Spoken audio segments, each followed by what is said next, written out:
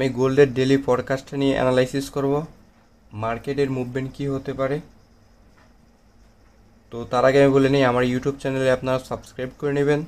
এখানে regular video upload করা হয়, 12টা 12:30টার মধ্যে আপনারা আপডেটগুলো পেয়ে যাবেন।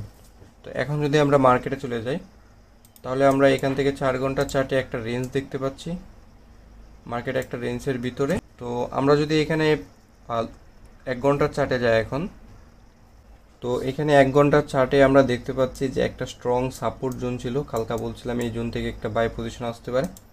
তো এটা মার্কেটটা উপরের দিকে উঠছে, তো এর উপরে হচ্ছে একটা স্ট্রং রেজিস্ট্যান্স জোন আছে। মার্কেটটা এখন যে পজিশনে আছে সে পজিশনটা হচ্ছে একটা রেঞ্জের ভিতরে থাকার সম্ভাবনাটা আছে। তবে হচ্ছে আজকে নিউজ আছে, আমরা যদি একটু নিউজটা নিয়ে একটু দেখে আসি। এখান থেকে 14 তারিখ যে নিউজটা আছে, 6টা 30-এ core PPI and same news core PPI monthly data, এবং হচ্ছে এখান থেকে 8টা 30-এ হাই ইম্প্যাক্ট নিউজ সুইটজার ফল ফিক্স। অ্যান্ড আমরা এখানে দেখতে পাচ্ছি যে এটা খুবই ইনফ্যাক্ট একটা নিউজ। তো সেক্ষেত্রে হচ্ছে মার্কেটের ভলাটিলিটি একটু বেশি থাকবে। আমাদের এখন আপাতত মার্কেটের এন্ট্রি নেওয়াটা ওয়েট করতে হবে যে মার্কেটের পজিশন মুভটা কি আসতে পারে। বাট হচ্ছে মার্কেট অ্যানালাইসিস বলতেছে যে মার্কেট একটা সেল পজিশনে আসতে পারে।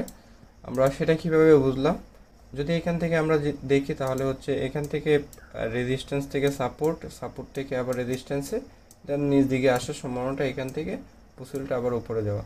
বাট হচ্ছে এখান থেকে যদি আমরা একদিনের চার্টে যাই, তো একদিনের চার্টে যাওয়ার পরে আমরা দেখতে পাচ্ছি যে এটা একটা ইনগালফিং প্যাটার্ন তৈরি করছে। তো ইনগালফিংয়ের প্যাটার্নের এই পজিশন থেকে মার্কেটটা ডাউন হওয়ার রিজন আছে। তো সেক্ষেত্রে হচ্ছে যে আমাদের ওয়েট করতে হবে, দেখতে হবে যে মার্কেট কোথায় কোন পজিশনে যায়। তো সে পজিশন পর্যন্ত ওয়েট করে দেন এখান থেকে খুঁজে বের করতে হবে। যদি আমরা এখন 15 মিনিট টাইম ফ্রেমে যাই, তো 15 মিনিট টাইম ফ্রেমে আমরা এখানে দেখতে পাচ্ছি যে একটা রেজিস্ট্যান্স এরিয়া আর একটা হচ্ছে স্ট্রং সাপোর্ট জোন এরিয়া। তো মার্কেটটা আপাতত দিনের মধ্যে হয়তো বা এটা জোনের মধ্যে থাকতে পারে, বাট যখন নিউজ ইনফ্যাক্ট আসতে পারে তখন হয়তো বা উপরের দিকে বা নিচ দিকে যাইতে পারে। তো নিউজ ইনফ্যাক্ট করলে কতটুকু যাইতে পারে, যদি নিউজের এফেক্টটা বেশি থাকে তাহলে আমরা বলতে পারি যে মার্কেট এই পজিশনটাতে আসতে পারে। এবং যদি আমরা 4 ঘন্টার চার্টে যাই,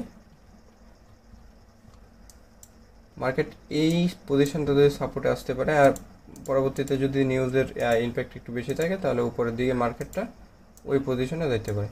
তো আমাদের ওয়েট করতে হবে যে মার্কেটের মুভমেন্টটা। তো আজকে হচ্ছে যে মার্কেটে একটা জুনে আজকে মনে করি যে ট্রেড থেকে একটু বিরত রাখাই ভালো, কারণ একটা মার্কেটটা তার রেঞ্জের ভিতরে পড়ে গেছে, এই জন্য আমাদের ওয়েট করতে হবে।